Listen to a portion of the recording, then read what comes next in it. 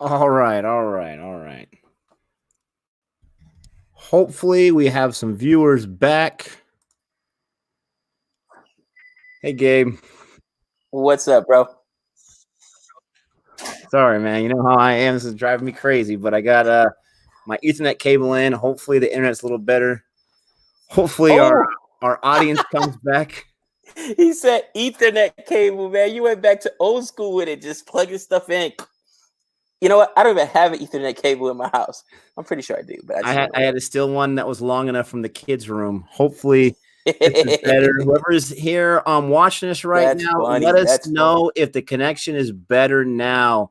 They said, especially on my end, it kept kicking in and out. I shut down my computer. I've got it hardwired. Please let us know in the comment section here if this is a lot better and it's not as glitchy.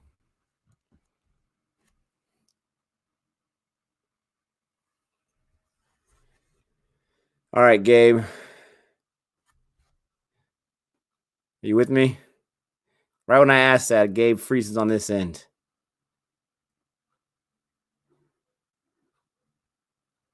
Are you guys able to see Gabe there, or did he freeze 100%?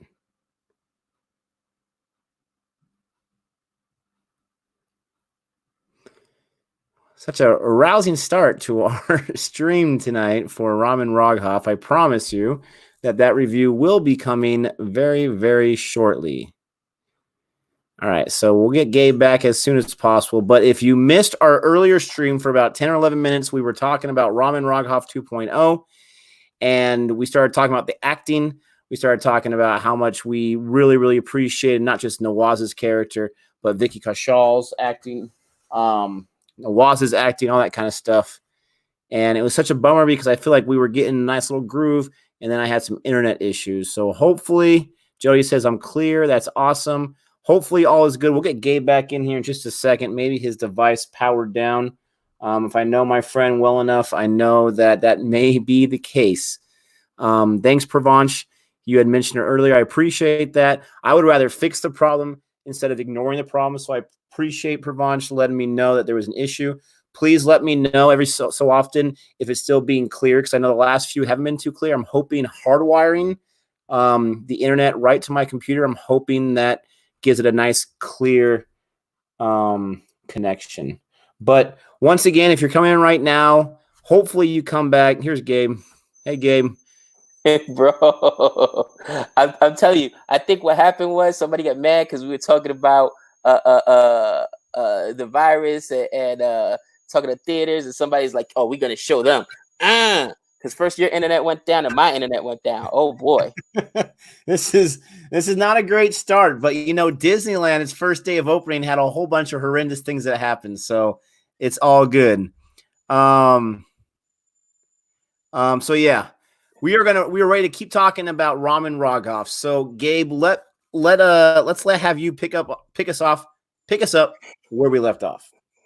Well, I mean, I was just talking about how dark it was, and the difference between this character and any other character he's played, where when you're talking about Gaiton Day or when you're talking about Faisal, these guys are gangsters by trade, so it's a business to them. They don't enjoy killing. They don't do it just for their jollies, to get their jollies. They do it because it's a way of life for them.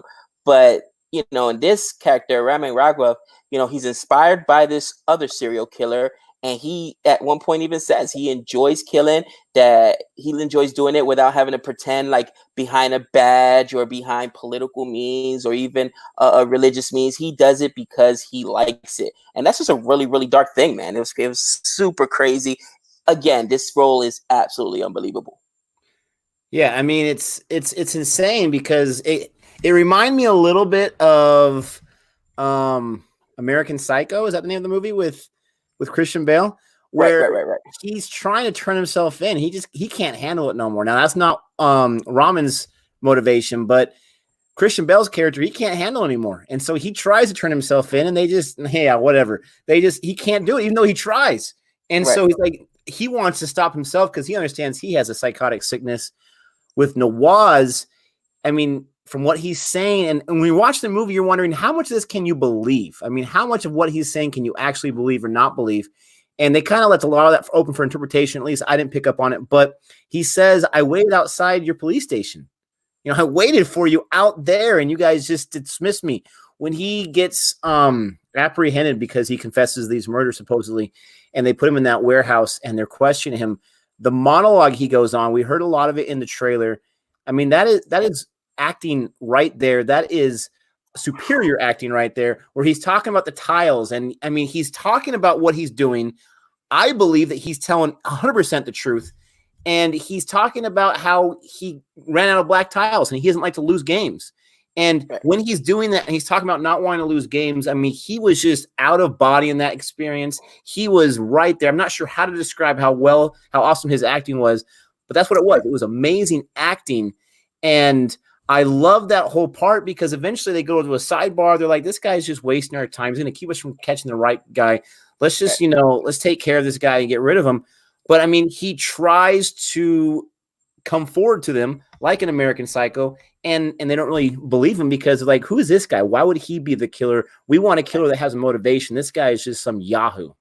Right. And I mean, a lot of times that's the problem where, cops will, or law enforcement in general, will stereotype, well, this is what, a killer's supposed to look like, or this is the, they're supposed to fit this kind of mold. And it doesn't always happen like that. If you remember, Dahmer got caught early on. And he had this one, I believe it was an Asian boy or whatever that he had kidnapped that got away. So as the Asian boy was drugged running down the streets or whatever, he ran into cops and the cops were like, oh, that's his love or whatever. And gave him back to him.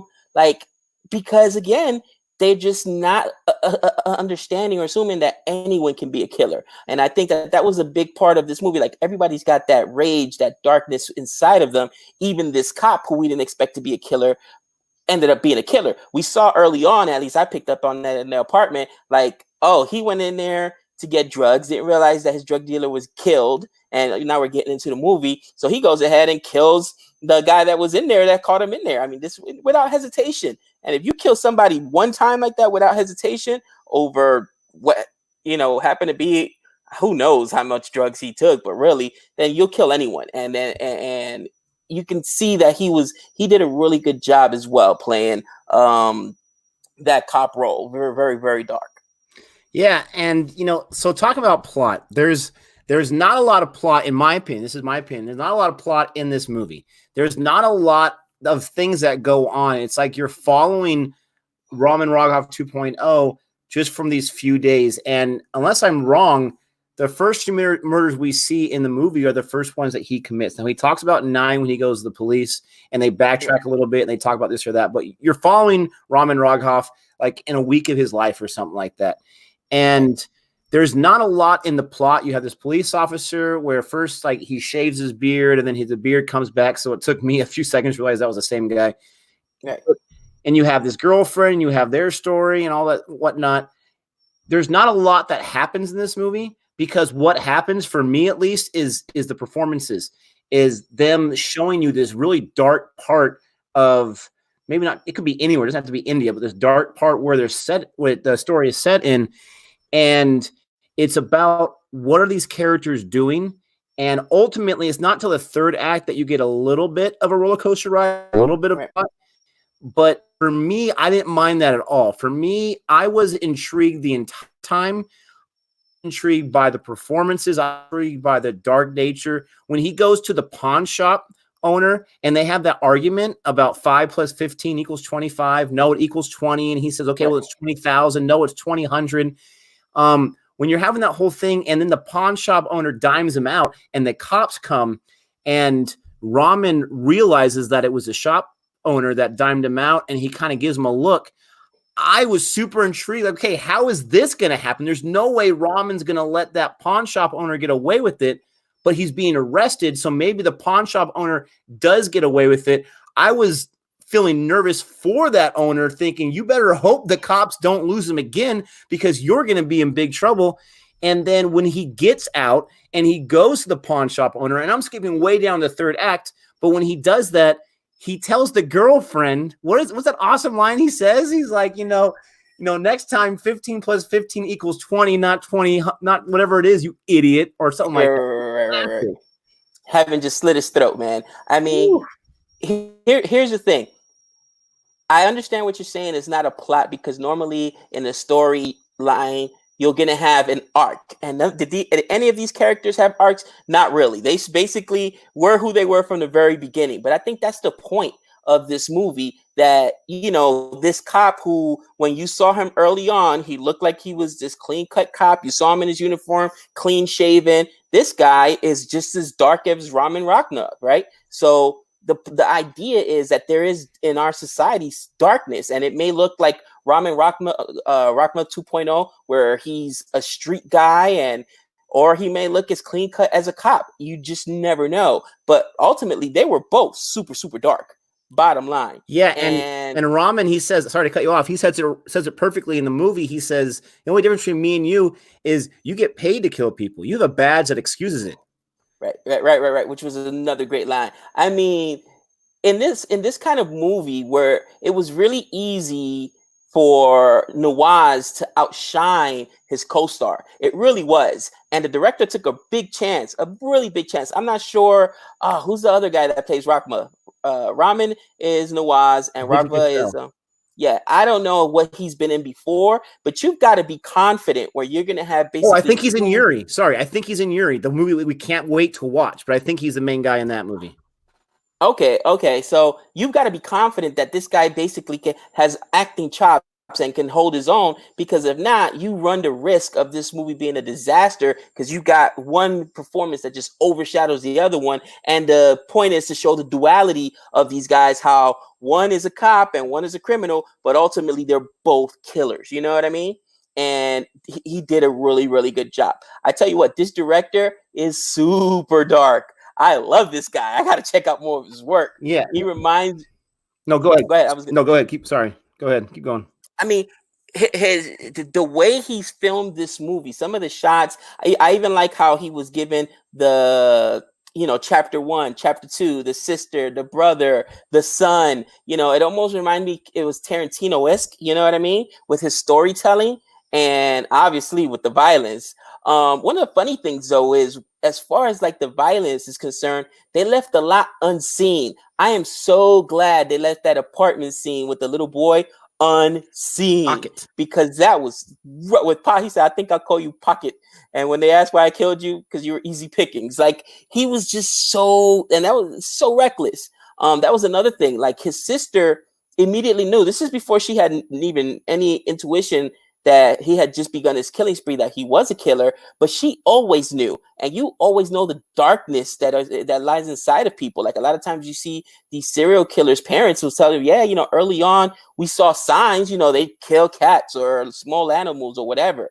So his sister was afraid of him from the very, very beginning. Again, they just did such a great job with this film.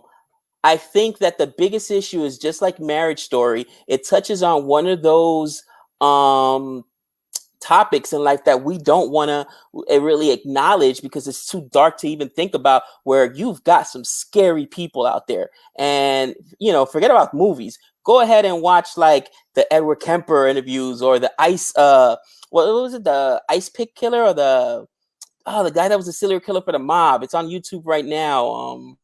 The Iceman Killer. Dude, this guy had like 50 bodies on him. And he was saying, dude, I had no problem splattering somebody's brain and then gonna go have a barbecue with my family. You know what I mean? It was a job to me. I think that's where I heard it. You know what I mean? And he was I want to make a quick point about the director. You mentioned the director. So his name is Anurag Kashyap. This is the guy that directed Gangs of Wasseypur, my friend. Can you believe that? Yes. Oh, man. Yes. He directed movies that we have not seen, that we've heard about with Nawaz, like Black Friday. And I'm not sure if Nawaz was in No Smoking, but I've heard a lot about No Smoking. This guy did a movie previous to this called like Black Velvet or something. Not Black Velvet, but Velvet something. And I guess it was a box office bomb. And so he wanted to do a period piece. Couldn't do that because of that. Did this movie for $500,000 US. It made a little over $1 million in the box office. But I mean, this film deserves way more love than that, in my opinion. The thing that's awesome is the behind the scenes stuff. So they gave Vicky Kaushal 2 scenes to audition for. He, planned it. He prepared in the way I said, by locking himself up, nailed the audition. Nawaz, they wanted him to give, I believe it was like a 60-minute monologue, one take. And so he prepared by locking himself up and just saying nothing but those lines over and over. He went on when they started shooting the audition, 300 minutes of just this monologue that he went on. Who knows what he's talking about? It got Wow. to the point where he was so into this character that he was actually hospitalized because I don't know if he just wasn't eating or sleeping or whatever it was, but he was so entrenched that they had to stop shooting for him to get to the hospital to get some health. He recovered, finished the movie. His wife was saying in interviews that he would sleep like he would be half asleep, half awake, and he would just mumble the lines from this character. I mean, it seems like it really affected this guy. And it's tough that he went on. They said also director of Sacred Games. Holy cow! They said that it said that he went on and he's fine or whatever. But we are the benefactor of his massive prep work. But I mean, this role almost literally killed the guy because he was hospitalized. I'm not sure how dramatic it was, but that is just that's super You saw, impressive. bro, you saw what happened with Heath Ledger, man. When you have to take it there and get that dark, you know what I mean? It's with these method actors, man. A lot of times they take it too far. I remember The Machinist with Christian Bale. He was hospitalized because the guy dropped 90 something pounds and was absolutely dehydrated. You know what I mean? So these guys are serious about their craft, and you got to applaud them. This is a true mastery. Again, I told you I was torn between. I think Guardians of Wasserberg is a better film overall, but as far as the performance, holy cow, this performance is one for the ages. And if it's one of those things where I think that the elite, the people who make those choices, the Hollywood elite, Oscars, Cannes Festival, all those guys that give out awards, same thing. They look at these movies and like, man, this is just way, way too dark. These are subjects that you don't want to breach. Again, I saw Marriage Story one time, and it's such a heartbreaking story about, what I mean? You just don't want to even put yourself in that mindscape, because as a married person, you're like, man, this could happen to me, or this may already be happening to me. You know what I mean? Same thing here, man. Like, there are people this dark. That's scary. And when you got somebody that dark, you just have to say to yourself, like, oh man, I hope I never run into somebody like that, because you see the massive chaos that they drop. Now, I'm Mr. Spoiler, so I just want to go ahead and give a quick synopsis of the movie. I'm not going to try to ruin the whole thing for everybody, but basically, you have this guy. Yeah, you have this guy who, at the very beginning of the movie, you find out he breaks into this house. You don't know why yet, but he breaks into this house and ends up killing the owner of the house, who's a drug dealer. This cop, who you actually open up the movie with the cop doing drugs in a bathroom at a club, is with a girl, pulls up to the house and ends up going there because he's trying to pick up drugs, this cop. In any event, he finds out that he breaks in the house, finds out his dealer's dead, and as he's looking through his dealer stats, like, all right, he's dead, I might as well grab it. Here comes this other guy in there, so he ends up killing him. So now that one killing has Raman and Raghav, which are the two main characters, their destinies basically intertwined. And then we see all these dark killings that Nawaz, our boy Raman, commits. And then he actually goes and tries to confess. They don't believe him. He then escapes, commits some more murders. Now they know it's really him. They're chasing him down. And there's this cat and mouse game where now he's actually following our main detective, the other co-star, Raghav, and he trails him to his apartment. He said he's spying on him with his girlfriend. And that's where you get the whole binoculars thing, which is such a simple thing, but it's such a cool visual. And he says, I'm God's CCTV at one point. It was hilarious. You know what I mean? Like, I see everything basically. And then you find out towards the end of the story that their stories are actually intertwined more than you know. I don't want to ruin it because I really think this is the kind of performance everyone should watch. I'm raving about this movie, saying, listen, if you want darkness, if you want a performance like, you mentioned it before, Daniel Day-Lewis, okay? Christian Bale in The Machinist, where a guy just goes all out. This is it. And this is it. I tell you what, I'm so upset it took us this long to watch it, especially because it was on YouTube all along. Come on, man. And it What was were we good thinking? quality too. Whoever put that on there, it was HD. It was good quality. Had the subtitles. Pinky Tinky wants to know: do we think that Nawaz should have got an Oscar for this? I'll start off first. At the risk of sounding unauthentic, 100%. If nothing else, at least nominated. 100%. This guy is completely locked in. I love how you mentioned the goggles, because I felt like that was what Nawaz was the entire time. He was focused in and honed in on that. And maybe that was just like a fun little cute thing the director and the writer did. But I think that goes a little deeper to the fact that his character, I believe, has schizophrenia of some type. And so that was his way of being able to focus on one thing at a time, because even when he's talking to someone in the movie, his attention kind of gets, disarrayed and distracted. But then when they say something that strikes a chord, then he just goes back into him and he has that look and you're like, oh, this guy's going to go nuts. You can't predict him. I want to talk a whole lot about the most creepiest sequence in this movie. Do you know what do you think is, in my opinion, is the creepiest sequence in the entire film? First, let me answer Pinky's question. Absolutely, he should have won an Oscar for this performance. This was one of the darkest performances. Again, put it up there with Heath Ledger's Joker. Put it up there with just recently Joaquin Phoenix's Joker. Put it up there with what's this? The boy that won I say boy, he's super old now.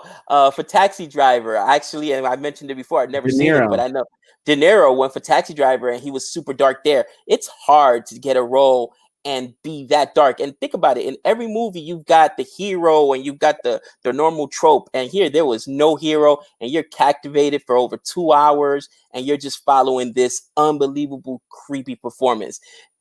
The creepiest, to answer your question, Nick, what's the creepiest scene of the entire movie? Dude, to me, it was the performance when, or the part when he's in the apartment, he has already murdered his sister, he's murdered her husband, and he's got the little boy in the chair. And he's like, I think, what's your name? I think I'll call you Pocket because you're so small. And when they asked me, just his monologue there, he's just like, when they asked me, why did he do it? Why did he kill the kid? It's like, because he was easy pickings. That was just so dark. So dark. It was, and I'm glad they didn't show it, because to me, that was disturbing. And then afterwards, you see that that he did it, ended up killing him because you just saw the kid's body. But that to me was the darkest. What did you think was the darkest thing he did? No, that was definitely what I was implying, was that whole sequence of him meeting his sister in the hallway of her apartment, and then how the whole thing unfolds. There is so much going on in that 20 or 25-minute sequence, to the point where I wanted to leave, but I couldn't leave because I had to see what was going on. And the writing in this scene is so phenomenal. The acting on all parts, even the little boy, but he's kind of inconsequential as far as acting goes. The woman that plays the sister and that plays the husband, especially the sister, her and Nawaz feed off each other so well in this scene. You see the terror, you see the fright. She knows who her brother is. She doesn't trust him. She doesn't want him to come inside that apartment in the first place. He's being innocent. He's being calm. I just need to take a shower. I just need to eat some food. I'm starving, da-da-da. That whole sequence was just insane and creepy. You have a point where he's got control now. The husband, he's once in the head. He's on the couch bleeding, and the wife sees what's happening. She's getting in protective mode with her son. And so she's like, I know what you want here. Just touch my, whatever. Here's my blouse. And you're like, holy cow, there's like, this guy's involved in incest in his sister. This guy has no limits. And obviously, without saying anything in the dialogue, just that few lines lets us know a whole lot on the history of this character.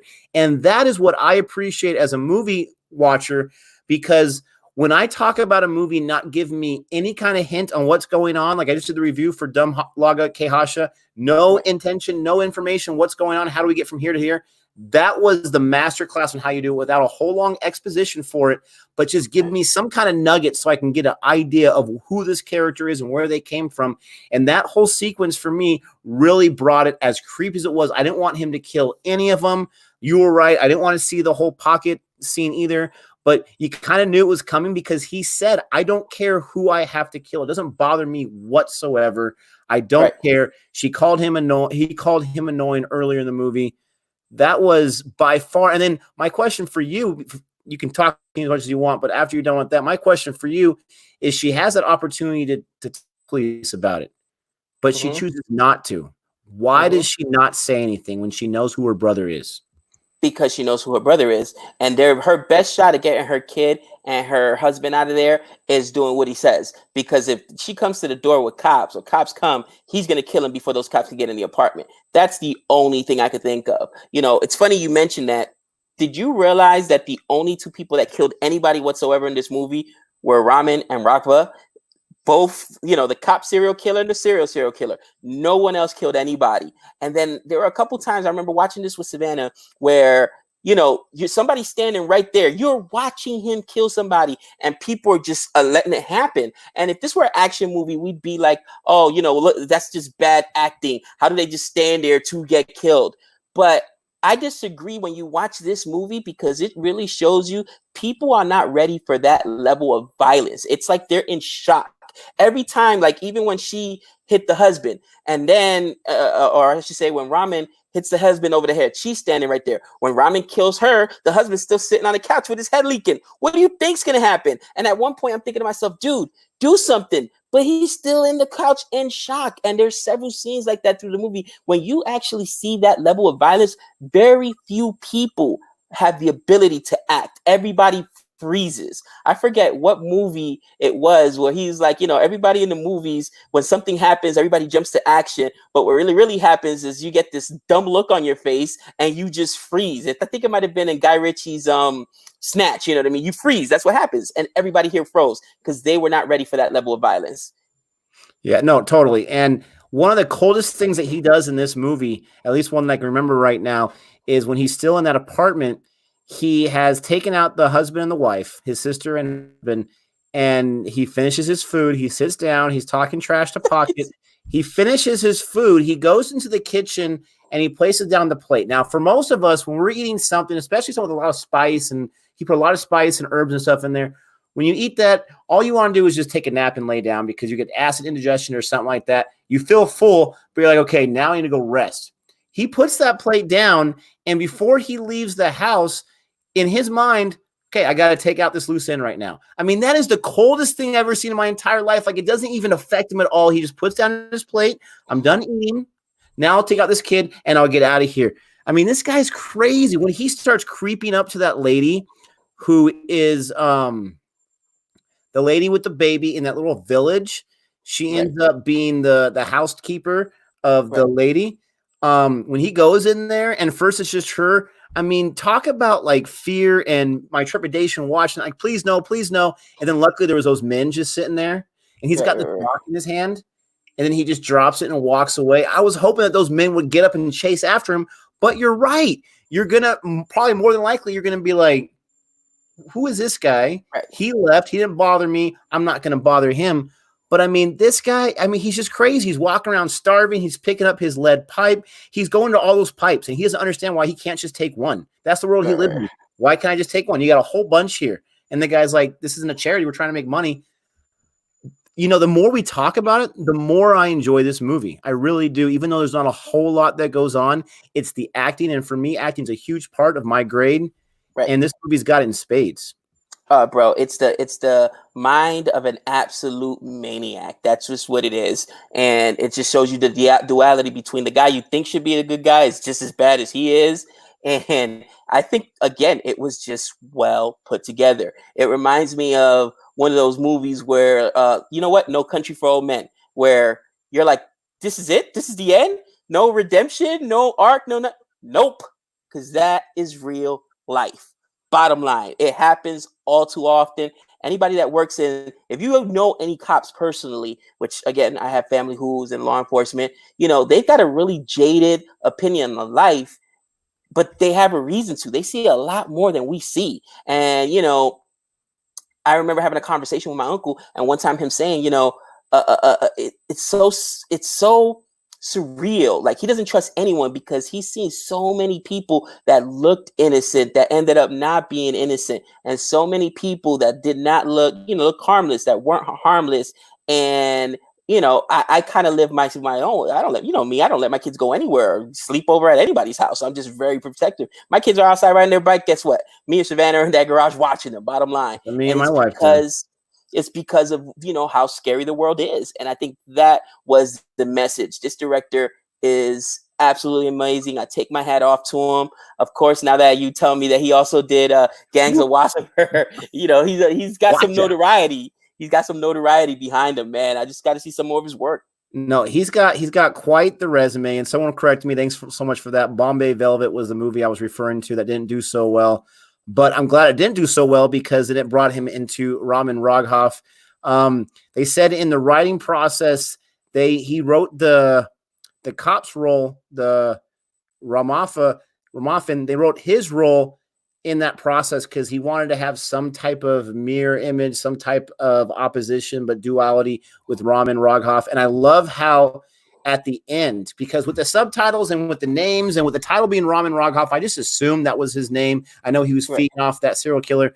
I didn't realize that he had half the name and the cop had the other half the name. And he says at the end, he's like, I found my Raman Raghav.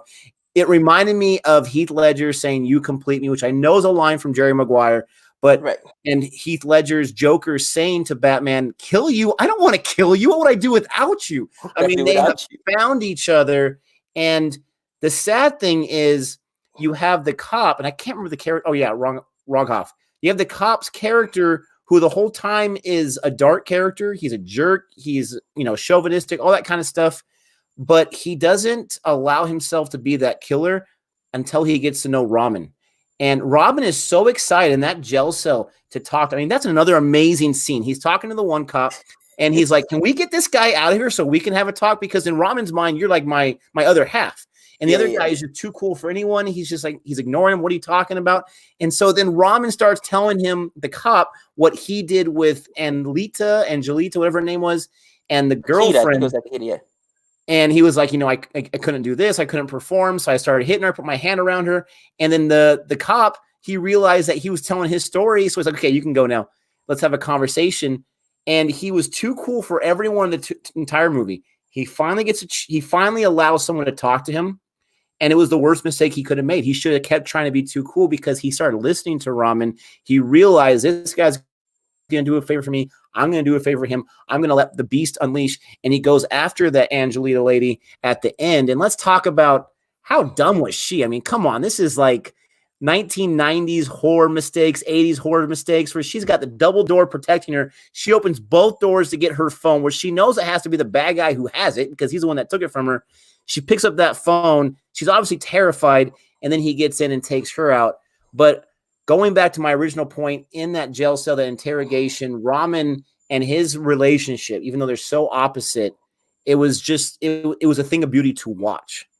Oh yeah, that interrogation is one of my favorite scenes, and that's where he's telling him, like, look, I don't, I kill because I enjoy it. I don't have to hide behind a badge. I don't have to, count on politics or religion. I do it because I enjoy it. And then he keeps talking about how he completes them. He said, a lot of times when people think about soulmate, and actually I think that's chapter 8 or 9, it's entitled Soulmate. You think of a woman, but he said, we're like two sides of the same coin, and you finally complete me. You gave me purpose. And basically what he told him is like, look, I'm willing to take all this, even the stuff you did, but you left the loose end. So he kind of let him know, like, listen, everything up until now, because Raman doesn't know that Rafa also killed the drug dealer before, because he's also a crack addict, or, not crack addict, I would say, but, he's addicted to drug. He's a drug addict.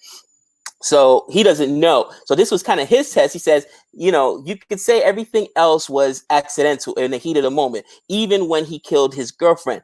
But now, in order to save your own skin, I'm willing to take the charge, but you got to go and take care of Akita because she's a loose end, man. And I'm stuck in here. So you're the only one that can do it. And he goes and does it. So the darkness continues. Holy cow. I mean, I would watch a part 2 of this just to see where the Raghav story continues from here. Because now, like you said, he unleashed the beast, and everything up until this point, you could always say it was a heat of the moment. It wasn't calculated. This one was calculated. He chose to do this, and it's like, oh boy, he's just as dark, if not darker. Come on, you're a cop. You're supposed to uphold the law, and come on, he's not upholding anything but himself. Well, and he had his whatever moral code kept him from carrying that out, and we don't know. Maybe he committed more murders before that, but he had some kind of moral code, even though he was a moral guy. But you're right. Once Raman kind of unleashed the beast, then I mean, who knows where he's going to go after that? I don't know what the second one would be about. I would obviously watch it, but I'm not sure. And unfortunately, as far as box office goes, there wasn't enough of a draw for them to demand a second one. Maybe word of mouth, maybe cult following or whatever. Right. I think it definitely deserves another one. I don't even know if Nawaz would do it again. Maybe he would, but I mean, he gave so much of himself in that role when he was preparing for it, when he was acting in it. Right. I mean, one other interesting thing about this movie is they use the art, not really art. I can't think of the word right now, but they use guerrilla warfare Filming. filming. Thank you. Yeah. To where they just, they don't give a warning to the area. They just start filming a scene. They don't really have too many props. They just use the things around them and let's go ahead and shoot and see what happens. And I feel like that's a risky way to film because you really got to have the skills and the art to see it. But again, with this director and his resume, I mean, go for it because it obviously works in this movie.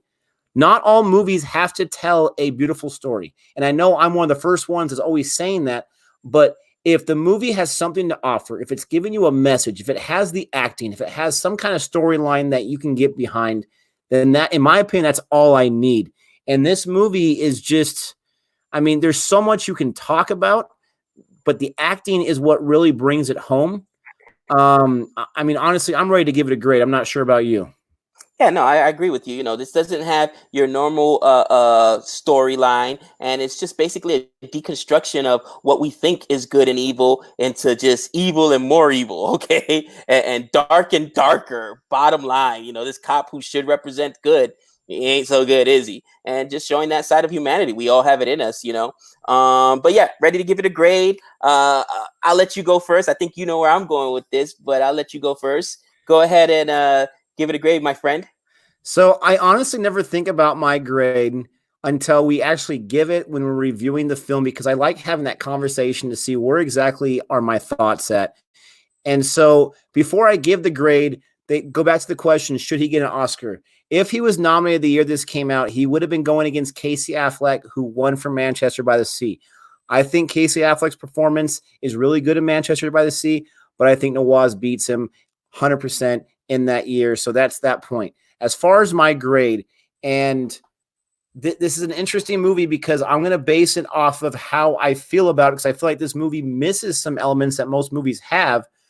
I am going to give this film, for just sheer value of what you get, I'm going to give this movie a solid A. I really am. I didn't think I was going into because it wasn't a big box office success.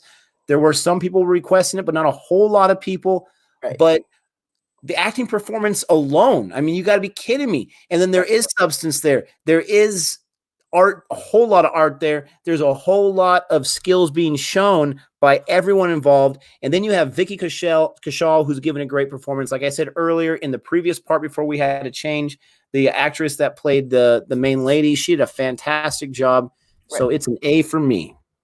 I tell you what, I was shocked you gave it that high of a grade because I know you always talk about how movies have to have balance and there is no protagonist here. I understand that. We're rooting basically for two bad guys and there's not really an arc because a movie should have an arc where, we have some redemption at the end. Somebody even mentioned it in the comment. There was no redemption. Sometimes in life there isn't, you know what I mean? And this is one of those movies where it's art imitating real life, because if you go and watch some of these interviews, man, I remember watching on Netflix a documentary, The Iceman Killer. This guy is one of the scariest people I've ever met. Not met, but seen, and just listening to him speak. He was like, I'd snatch your soul and then go have chicken dinner with my wife. Like that, you know what I mean? So for me, this is A+. This is an unbelievable performance. I cannot tell you, Nawaz is probably one of the darkest. You know what I want to see Nawaz in? I want to see him in a comedy. And I'll tell you why. Because, is he one of those guys that can just play that dark guy? Or is he somebody that has the range to play everything? Because he's, I told you before, he is now one of my favorite actors, period. Forget about Bollywood, Hollywood, Tollywood. In general, he's one of my favorite actors. But it's because he's dark, okay? Heath Ledger, dark. I love those dark actors. I love all the dark content. We've all talked about how I have the affinity for bad guys. But could you imagine him in a comedy? How would he do in a comedy? You know what I mean? Let me answer that question. So I've seen him in The Lunchbox, where it's not a comedy; it's a dramatic love story, but he plays such a minor character, and he plays like the sweetest, nicest guy in that movie, and he does 100% of a good job. He's in Bajraji Baijan, who they've been screaming at you to watch so you can give your review. I gave my solo review, and it stars Salman Khan. He plays another minor character, a cameraman a reporter who's trying to get a story, and he's not like the comedic relief, but he's such a normal, nice guy in that film too, that it's like, that's Nawaz. Like, it took me a few minutes, and he does a fantastic job. He elevates that movie just a little bit that his character can, because it's a Salman Khan film. Right. But I haven't seen all his films, but I want to say, yes, he is that good of an actor. Now, one thing that really intrigued me in the OSR interview, and again, we keep referencing that was such a good interview. Nawaz mentions that his next 3 projects, he's really excited and kind of nervous for how the audience are going to react to. Because unless he was being sarcastic, he said they're more romantic type films. No, and he's talking about 3 of them. So I'm super intrigued because just for that fact. And Pinky Tiki says, yes, he's done comedy. Have you watched Bajraji Baijan? I just mentioned that. Again, that's got some comedy in it. I wouldn't call that a comedic film. It's more of a serious film, and his character had some laughs in it, but he wasn't that comic relief. But yes, he's great in that movie. You know what? I don't dig the romance chick flicks and but if he's in it, I'm gonna have to watch it, because he's up there with Ben Affleck for me, man. I love it. Dark, super dark. Yeah, Niraj says that he did try a comedy movie, didn't do too well. I don't know. I could see this guy. I mean, he can act his way out of a paper bag. I'm not sure if that's a phrase, but I'm going to make it a phrase. I mean, this guy's got the serious skills. And the thing that I'm most impressed about, and I was impressed about it in Gangs of Wassper, which I think is the first movie that we noticed him in. The thing I'm super impressed is he's such a small guy. He's such, I'm not going to say he's unattractive. I'm not going to say that at all, but he's such an unappealing guy as far as a movie star goes. But he's very, very scrawny. But he's very fierce, and he shows you that he's not someone you want to mess with. And I'm sure he's the nicest guy in the world in real life. But if I see him in real life and we don't have a planned meeting, I'm going to the other side of the road, because that's Nawaz, and I don't trust that guy. But that's some serious acting skills to be able to be such short in stature, but to be so fierce and fearsome. Bro, he's very unimposing because he's so small and scrawny, like you mentioned. But think about Joe Pesci when his role in Casino, his role in Goodfellas. Here's a guy that's like 5'5", 5'4". Great comparison. Great comparison. And this dude is menacing. Everybody is like Savannah's looking at me. Yes, babe. Sorry, she's like 5'6", 5'7". Joe Pesci's smaller than you, but you see him in these movies and you're like, holy cow, this guy is so, menacing. Nobody in this movie wants to mess up. And a lot of times it's just your mannerisms, the way you act, the way you carry yourself. That's not the one. You know what I mean? He's not the guy. 5'4", the internet says. 5'4", exactly. And that's why I was impressed with Pesci's performance in because for the most part, he's done comedy before in what do you call it? Home Alone, but he's basically known for all these gangster roles. Well, in The Irishman, he was not that menacing lion that everybody's afraid with. He was a more reserved guy. He was still a killer, but he was still a more reserved character that called the shots. And then towards the end, you see him, he's older, more senile. He did such an unbelievable job. Guys, if you have not seen The Irishman, you're doing yourself a disservice. That is, those 3 guys put on an acting clinic, man. Oh, and if De Niro's amazing. Review for Spencer Confidential, you're doing yourself an disservice. Check it out. Spencer Confidential, show man. Some love. It's funny. I was reviewing it, right, and then I'm like, Marky Mark, and a Funky Bunch, and then I didn't even finish typing it in or whatnot. And of course, first thing that comes up is the pants dropping. And I forgot how graphic he got with it. I was like, oh, whoa, wait, we can't put that's not family friendly, because he does a lot more than just drop those pants. But I remember not CNC, I'm sorry, Marky Mark and the Funky Bunch, because his brother was in New Kids on the Block or whatnot. And he already had some notoriety from his brother Donnie being a new kid in the block.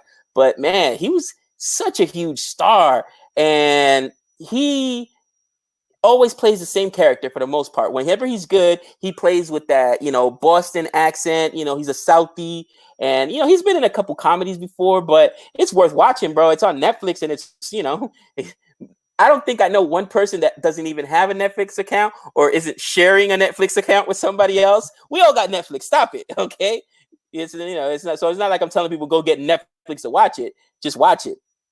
Yeah, one of the comments they make a comparison to Nawaz to Keanu Reeves, and as much as I respect that comment, don't do that to Nawaz. Keanu Reeves is an American treasure. He's in so many great movies, but he's not what you would call one of our finest actors. And that's not me insulting Keanu Reeves, but come on, you know exactly what I'm talking about. He's very likable. He does a great job in most of his movies, but Nawaz is a serious actor. Nawaz is on the level of DiCaprio and I don't want to say Tom Hanks because he doesn't play dark character, like a Denzel. I mean, someone that can play any type of role and do a great job. I mean, I had a tough time with Keanu taking him serious in The Matrix until I saw The Matrix when it first came out. But I'm like, this is the dude from Bill and Ted's Excellent Adventures. He's so awesome in Bill and Ted's. Come on. You know what I mean? Exactly. You know what I mean? He's like in Point Break. He was my favorite in Point Break. I mean, but he's not the serious actor kind of guy. He's your California beach guy. You know what I mean? So I couldn't see him trying to tackle a role like this. What are you kidding me? A dark role like this? I don't think he has it in him. Very few actors have it in them. I mean, again, you mentioned Denzel. I love it. People love Denzel for a lot of his stuff, Ricochet, but his best roles are Man on Fire, where he plays like an ex-military hit guy, and even though he's killing cartel guys, he's ridiculous in that movie. And of course, in Training Day, where he's a dirty cop and he's absolutely unhinged in that movie. Holy cow. Matter of fact, he won the Oscar for Training Day. You know what I mean? So that's what I'm saying. It's hard to take it there. And I forgot what actor said it, but they're like, oh, anybody can play a good guy. Try playing a bad guy and still be likable. You know what I mean? And that's what I think Joaquin Phoenix, look at his best role. I loved him in Gladiator. He was unhinged in that as well, with the thumbs up and thumbs down. Right away. That's what I was thinking. He was crazy. Killed his own pops. I mean, he was absolutely nuts. And he was really good in Joker as well. Yeah, so let's go back to Denzel Washington, because you said one of his best roles was Man on Fire. I like that movie. Dakota Fanning does a great job in that movie, and that last scene where he just goes out like a boss is very inspiring. But give me a break with one of his best roles. So, in my opinion, his best role is in Glory. All right, it's not a very long role. I love that movie 100%. Oh, Glory! You've got to be kidding me. There's a scene in Glory where he's always, he's at odds with everybody. But there's a scene where they're saying that the black soldiers get paid less than the white soldiers, and they get their paycheck. And the other guy's like, I don't care if it's less. My family needs some money. I'm going to sign this and send this home. And Denzel Washington's having nothing about it. He's like, there's no way. And so he's inspiring everyone to tear up their paychecks. And he says, tear it up. And he just has this look on his face. And then when he leaves because he's trying to get some shoes, and he comes back and they whip him, they're trying to break him. And he is like so tough and so fierce. He says, fine, whip me. I don't care. He takes off his shirt, and you can see all the whip marks already there that have healed from the past because he was a runaway slave. And they whip him, and his ability to hold on to those tears until the last moment when he finally breaks but doesn't scream. I mean, you got to be kidding me. That's one of the best acting performances I've seen, hands down. And I'm not sure if you've seen Fences, but his acting performance in Fences, no one ever talks about that movie. He directed that movie. He is a complete scumbag in that movie, and he plays it to perfection because he has got the acting chops. In my opinion, Denzel Washington, easily top 3 actors of all time, in my opinion. I mean, in our generation, absolutely. I mean, it's funny. Somebody, Abby Chan goes, American Gangster is my favorite Denzel movie.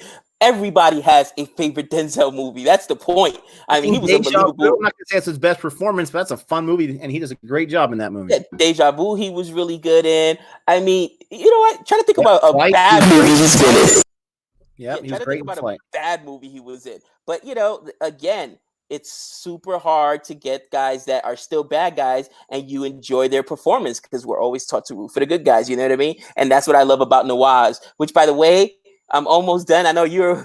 If you're not there, you're probably closer to the end than I am. Well, I'm But done. I'm done. you're done. Yeah. Gotta wait on me. Gotta wait on me. But Sacred Games, man, season 2 is picking it up. I love it. I love it. And again, his performance alone just elevates things so much more. Where I'll be honest, without him, Raman Ragma is still a good movie, but I'd probably be giving it like a B minus. You know what I'm saying? But his performance alone, even though the director had the vision to the duality and to take nothing away from the other actor, the other actor who plays Ragma, but oh man, Nawaz's performance in this movie was absolutely unbelievable. Yeah, I mean, So there could be another actor that could play the role of Raman Raghav. I'm not going to say there's not, but it's hard to imagine one because holy cow.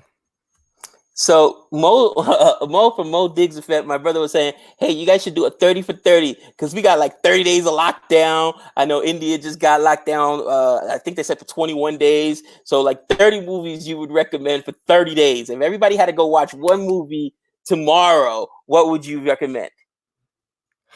Well, What would I be your mean, list? we did our top 10 Hollywood films. So Right, any of those, hands down, any of those. It depends on the situation. Now, first of all, just to be clear, we're not on any official national lockdown.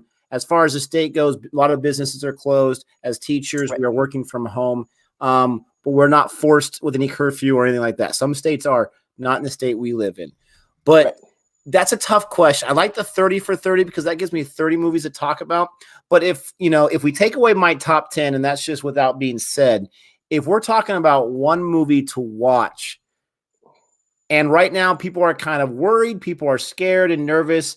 For me, I mean, I don't know. That's such a tough question, but I would I would probably say Batman Begins just because I was just watching a video on it before we Right. did this live stream. I like this YouTube channel about this guy. I think his name is Harmon or something like that. And he has his friend watch these iconic movies for the first time because his friend hasn't seen any of them.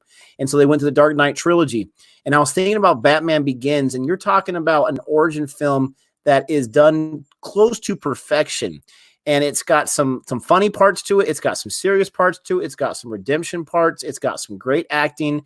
And it, who doesn't like Batman? But that's not going to be my official answer. That's just the thing that's come from the top of my mind right now. What about you? Well, I want to take some stuff that's because somebody asked us a while back, like obscure stuff and stuff that not obscure necessarily, but stuff that's not necessarily like a blockbuster stuff that could have gone under the radio, under the The radar. they're under the radar. Thank you. You know what I mean? So I'm not gonna use any Marvel movies here or any DC movies, but a movie that I tell all people all the time to watch that I absolutely love. Okay, and because you guys are expecting something dark, I'm gonna give you something fun because I'm locked up with my family right now. Locked up. It's like a prison sentence. I'm sentencing you to lock down with your family for 30 days. Oh gosh. Oh God, like I told you, the one dude was like, no sports, no movies. What gonna do? Talk to my wife for 30 days? That was so funny. It's the funniest thing, man. Check out a movie called Princess Bride, guys. Yeah. There's a couple of streaming services movie, but it's really good. There's some great acting. It's a feel-good movie. You know what I mean? Right now, there's so much darkness going on. Everybody's concerned. Check out Princess. Let me know what you think in the comments for the video. As a matter of fact, if you've already seen it, but Princess Bride, old movie. Young Fred Savage in there, playing a minor role. But Andre the Giant's in it. I can't even remember the character that plays the main the actor that plays the main character. But it's a really, really good. But that's what I meant. Like for 30 for 30, give me one of your top 30 movies, feel good movies that's obscure. You know what I mean? So here's one going right to Arjit, because I know this is probably, if not his favorite movie, one of his favorite movies. Shawshank Redemption. How perfect is that right now? You're talking about being locked down, right? And then you're talking about a movie that, I can't think of one bad element in that movie, and that's not exaggeration. But Shawshank Redemption is unbelievable. I don't know how many times I've seen it, and every time it's on, I gotta watch it again. As far as a different type of movie, I will always say, thanks, Rohit. I will always say that the movie that I love that most people did not when it came out is Terminator Salvation. That is such a fun movie, such a great film. The Marcus Wright story by Sam Worthington. You got to be kidding me. I love Terminator Salvation, and every time I watch it, I absolutely love it. Another one is Star Trek from 2009 with the Chris Pine and Zachary Quinto and then the reboot. Those Star Trek movies, awesome. I mean, they're well, just so well made. well, I'll tell you what's funny that you mentioned that, and one of the things, and I'll be full, full disclosure. Okay, when we talking about first of all, before I should lose my train of thought, when we're talking about Shawshank Redemption, just like Raman Raghav did not do good at the box office. It actually tanked at the box office. Later on, people started appreciating the movie. And now, if you go to most YouTubers and I mean, we're talking about big, Watch Mojo and stuff like that, they all have it in their top 10 or top 20 of the decade. It's an amazing movie. I agree with you. That's a good one to watch. Fight Club was also a good one. Good job, guys. There, I do like that. The lead actor in Princess Bride is Carrie Ells. Okay, I can't remember. Yeah, I just put a comment in there that I actually met Carrie Ellis in New York. My only time in New York, there was a book convention when I wrote my book. I was invited to, and he was there actually selling a book about his experience on Princess Bride. Super cool guy. I only talked to him for a few seconds, but super cool guy. Looks exactly the same too. Abe puts, I like Vicky's performance more than I like Nawaz's. He held his own or his rope really well. You know what? They were both really, really good. The fact that Nawaz was better. I think Nawaz was better. Obviously, I'm a fanboy, but the fact that he was able to go on there and hold his own with Nawaz, that was very, very impressive. But going back to talking about these movies, you know what I mean? There's so many gems out there that people either don't remember or that just went under the radar. And unlike today, where it's a lot easier to watch a movie online. If not, you get a streaming service. Back in the day, if you didn't watch it in the theater, you waited along for a while before it hit like HBO or something like that. And so it's easy for people to have missed some of these movies. Yesterday, as a matter of fact, last night, Savannah and I were just doing, couples thing, watching TV, and we were watching Night School with Kevin Hart.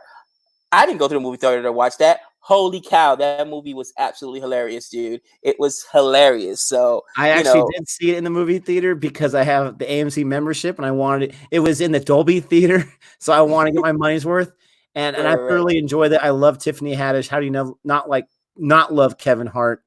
But someone mentioned about war movies. All right, so let's go there. Let's talk about our top 3 war movies. This won't be official. We may do a video on this at a later time, but just right now, top of your head, top 3 war movies. Let me know if you want to go first or you want me to go first. I go first right now. Full Metal Jacket. No questions asked. Come on now. Full Metal Jacket. Black Hawk Down. I love Black Hawk Down. And for me, it's got to be a toss-up, man. 1917, I guess recency bias, but it was just filmed so well. But it's either between that, 1917, or what's the one with Tom Hanks in it? Saving Private Ryan. Yeah, those are my top 3 war movies. So I'm one of the few people, believe it or not, who does not love Saving Private Ryan. Now, I only watched it once, and I was much younger, so I should probably give it. No, I actually watched it twice, and I watched not too long ago. But it's very real, and it's filmed very very well. But for me, not one of my favorites. So for me, in no particular order, one of my favorites of all time is Gettysburg, and this is a film. It's close to 4 hours. Yeah, it's got so many different character actors in it, playing so many different minor roles, all wrapped up into 3 main parts of Gettysburg, the 3 main different battles that go on. And when I watched this, I was in 8th grade. My history teacher, even though he was kind of a jerk, he was a great history teacher. He got me really into loving history. And so he showed us Gettysburg. And man, I bought it. I've watched it a million times. You got Jeff Daniels screaming, "Bayonets!" And he just screams and his fake mustache quivers, or maybe it's real. It's fantastic. You got to watch Gettysburg. The sequel, Gods and Generals, is horrible. Another favorite war film, I got to put 1917 on there as well because recency bias, like you said, but I don't have a lot of films that I love that are war films. That one was really, really good, and I can't think of a reason why I would not put it there. Did not like The Hurt Locker. I did not like Dunkirk. I'm not trying to hate on you guys, sorry, but I didn't like those films that much. For my third movie for a war film, holy cow, there's so many choices out there. I got to really think. Those first two came to my head. War Horse. No, I'm just kidding. Not War Horse. Dude, people are coming out the woodworks. Look at Neeraj. He got Platoon. I forgot about Platoon. Platoon was a good one. I want Apocalypse Now. So yeah.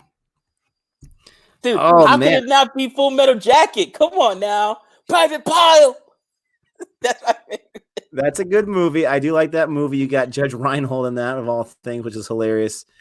I got to keep thinking because I can't think of my third one. Oh, so it's not really a war film. It has to do with more of minor warfare between countries and politics, but Clear and Present Danger with Harrison Ford. I absolutely love that movie. I watch it every single year. I own it. I love it. It's always on Netflix too. Again, it's not a atypical war film. It's based on a book by Tom Clancy, the Jack Ryan character. But Clear and Present Danger is phenomenal.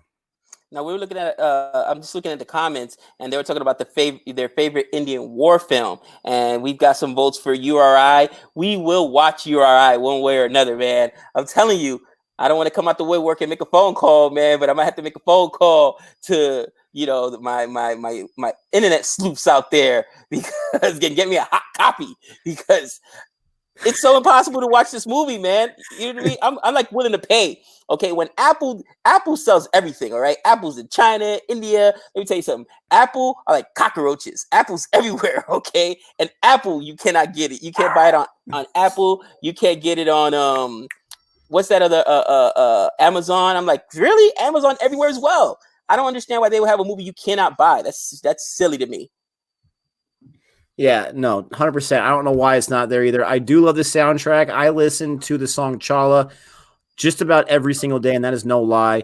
I love that song. I wish I knew the words. Da na na na na na na na na na. I love that song. It was in the trailer. It's what got our video copyright claimed at first, but I don't care because that's a great song. I listen to it all the time. Somebody, did you look at Ronan's comment right now about virus-related movies? Contagion sucked. I didn't like it too much. Outbreak, I don't ever think I got around to it. What about Zombieland? No, I'm just kidding. Well, I never saw. Is Contagion the one that had Lawrence Fishburne in it? No, I think that was Outbreak. I think no, that's not Outbreak. Does Contagion have is that the one with Matt Damon? Because if it's not, Matt Damon, yeah, a different movie. Okay. Yeah. I mean, that one is relevant now, but if you had watched it back then and say it was a great one, I don't think so. 28 Days Later, yes, that's a really good Outbreak movie. Probably my favorite Outbreak movie is World War Z, and I know that's kind of like zombies and Outbreak, but World War Z.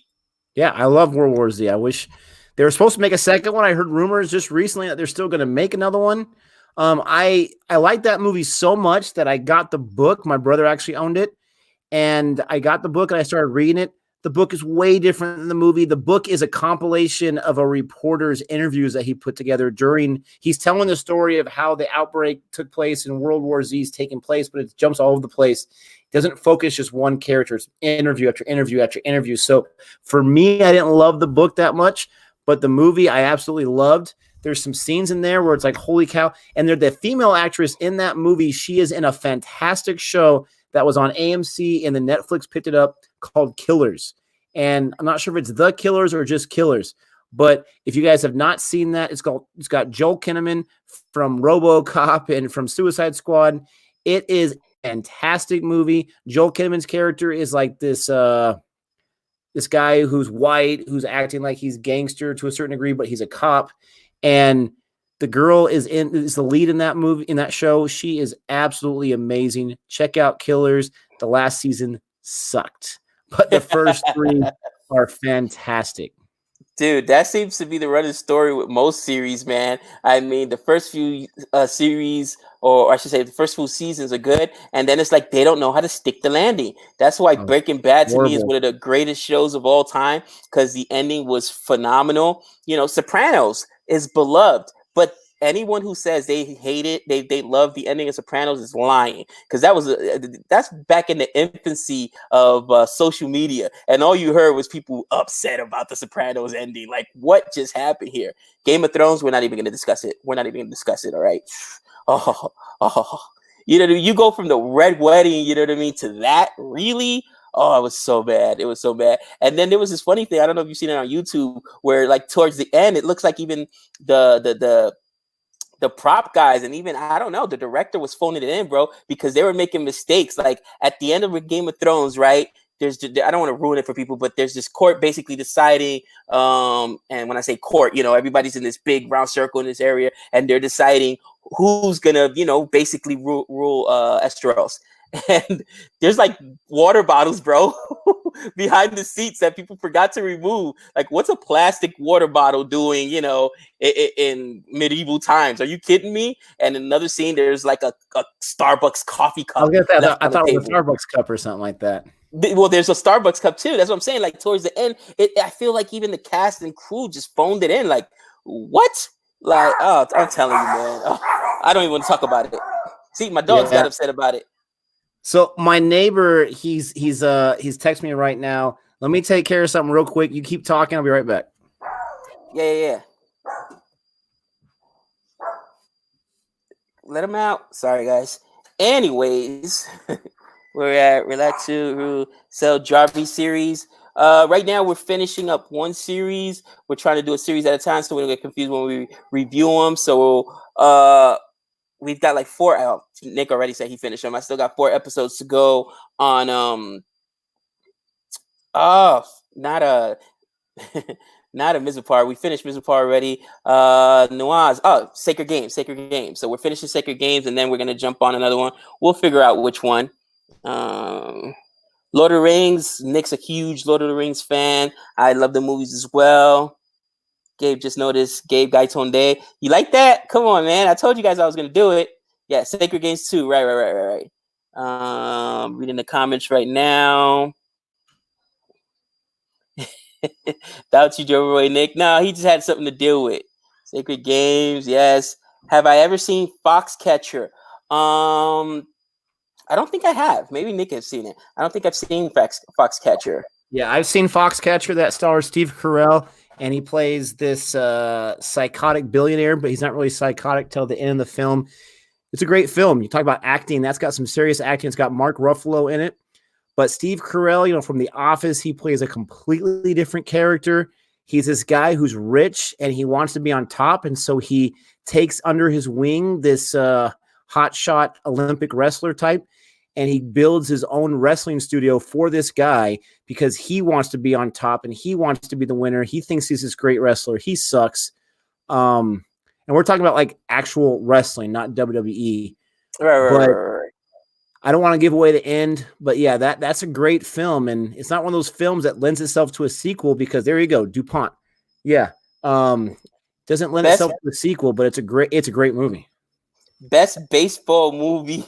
Oh, I love best that question. best baseball movie. I'm sorry, and I know it's a comedy. Here you go. Some lightheartedness, okay? Favorite baseball movie, Major League. There's just some quotable lines there, but actually the best part of Major League is the announcer, and he's actually a real life announcer for the Milwaukee Brewers. Legendary announcer. Oh, what's his name, Nick? The announcer from the Milwaukee Brewers who was in Major League. His Bob name Uecker. always escapes. Bob Uecker, and he is hilarious. He was an ex-ball player, so he knows the game really well. But he just, he had so many lines that are just memorable. And like, there's this one scene at the very beginning where Wild Thing, Charlie Sheen can't throw strikes, so he walks the bases loaded. So he's like, you know, ball 1, ball 2, ball 3, ball 8, ball 12. How could guys lay off pitches this close and the They are pitches in so the other far off. batter? It was hilarious, man. No, and the thing I love about it, and I mention this line all the time, but there's a point where they're getting killed like 9-0, and Wild Thing Vaughn, he can't throw a strike. And so he throws a strike finally when the bases are loaded because he walks the bases loaded. Guy hits a grand slam. You got the coach in there saying, well, at least it was a strike. And then after that, you're like, do you want us to take him out because he's getting up so many runs? And the manager's like, I want to see how he reacts. He belts the next guy right in the back, and the manager says, interesting. And then the announcer, Bob Uecker, who ad-libs everything, he says, about time, 9-0. Yeah, it was Major it was League a great fantastic. movie. It's a Moneyball is a comedy great movie. Arjit. Definitely is. Yeah, Moneyball is really good as well. Probably my second favorite baseball movie. Best Marvel movie, Deadpool. Wow. Okay. It's not the best Marvel movie, but it's absolutely hilarious. I still would go with one of the end games, but Deadpool's awesome. Well, I actually just watched Deadpool 2 today. Definitely you go with Endgame. Let's go back to baseball movies. So I love baseball movies. Absolutely 100% the best baseball movie of all time is Field of Dreams. I cannot watch that movie without tearing up, especially at the end. Dad, you want to have a catch? I mean, unbelievable. Get out of here. Love that movie. And then talking as the kid inside of me, which, you know, I'm more of the kid than I am an adult. You're talking about movies like Rookie of the Year and Little Big League. Love those movies so much. They both have, you know, kid actors, and it's about this kid's world going on. And one gets sent to the major leagues because he has this freak accident in his arm and he can throw it really fast. The other one's about this kid whose grandfather dies, who owns the Twins, and so he leaves the Twins to him. And it's about this 12-year-old trying to manage owning the Twins and eventually managing the Twins. It's such good humor. It's got a great heart behind it.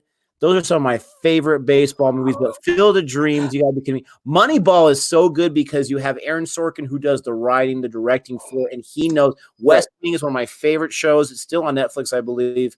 Aaron Sorkin knows how to write dialogue. You have the Billy Bean character. Brad Pitt should have won an Oscar for that role.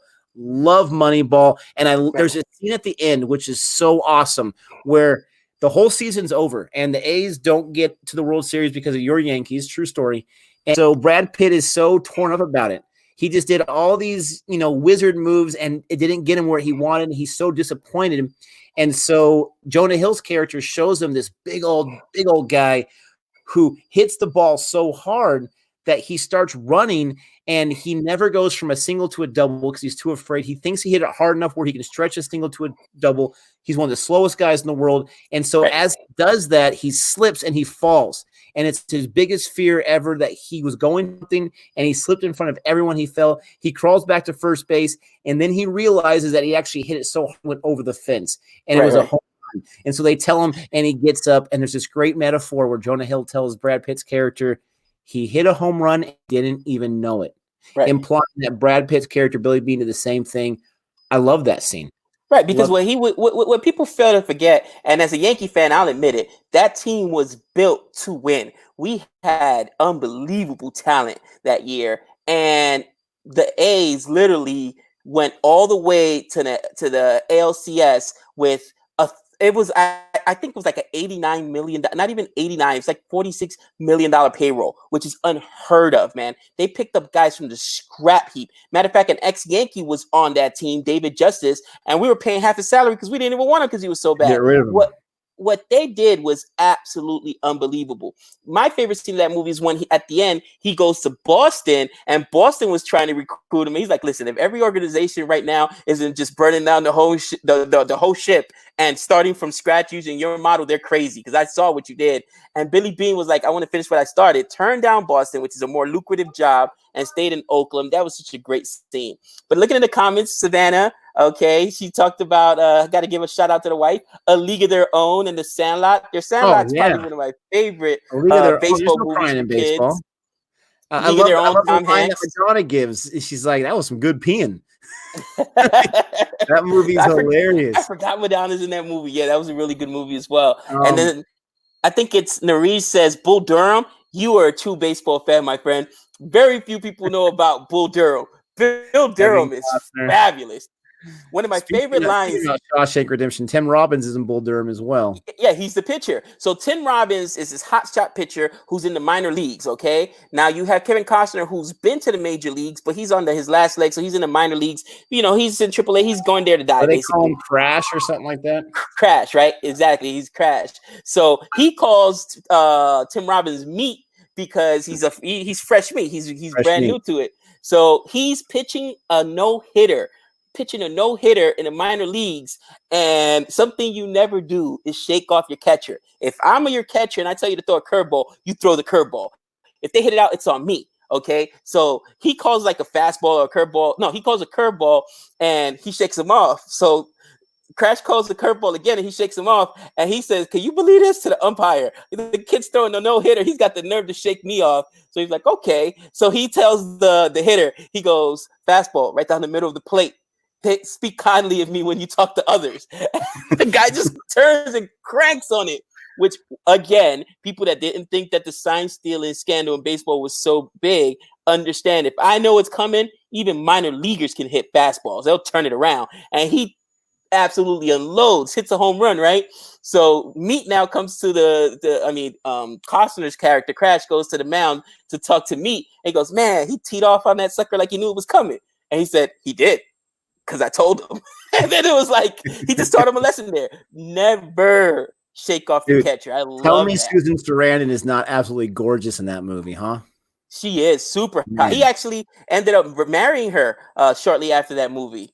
So someone asked about the Samuel Jackson baseball movie. I can't think of any baseball movie Samuel Jackson was in. He was in a basketball movie called Coach Carter, but I cannot think of any baseball movie that Samuel Jackson was in. And if he was, then, there's a really dark movie called The Fan. That's not Samuel Jackson. That's Wesley Snipes and Robert De Niro. That's a pretty interesting movie. Man, there was another really good question I wanted to answer. But as far as baseball, there's one more they got to mention, talking about Kevin Costner, called For Love of the Game. It's not going to be on too many people's baseball list, but that's one of my personal favorites. I watched it with my dad when I was 17 in the theater, and I was so excited to watch it. No one wanted to see it, but he took me to see it. It's a great film. It's a romantic film, so Gabe wants no parts of it. But it's a great film about this guy. He's at the twilight of his career. He was going to be a future Hall of Famer, playing for the Detroit Tigers. Last game of the season, playing against the Yankees in New York. And if the Yankees win, they go to the playoffs. And it's all fictional. He wins, then the Red Sox go to the playoffs. And so they're also talking about selling the team. And they're saying, don't even worry about starting this game. Rest your arm for next year. Don't worry about it. But he wants to pitch. And he has this great line where his catcher, who's played by John C. Reilly, who used to be in dramatic roles before he did Step Brothers, he gives this line. He's like, "This is a throwaway, Billy. Don't worry about it." And he's like, "It's not a throwaway to the Red Sox." And so I'm going to go out there and pitch.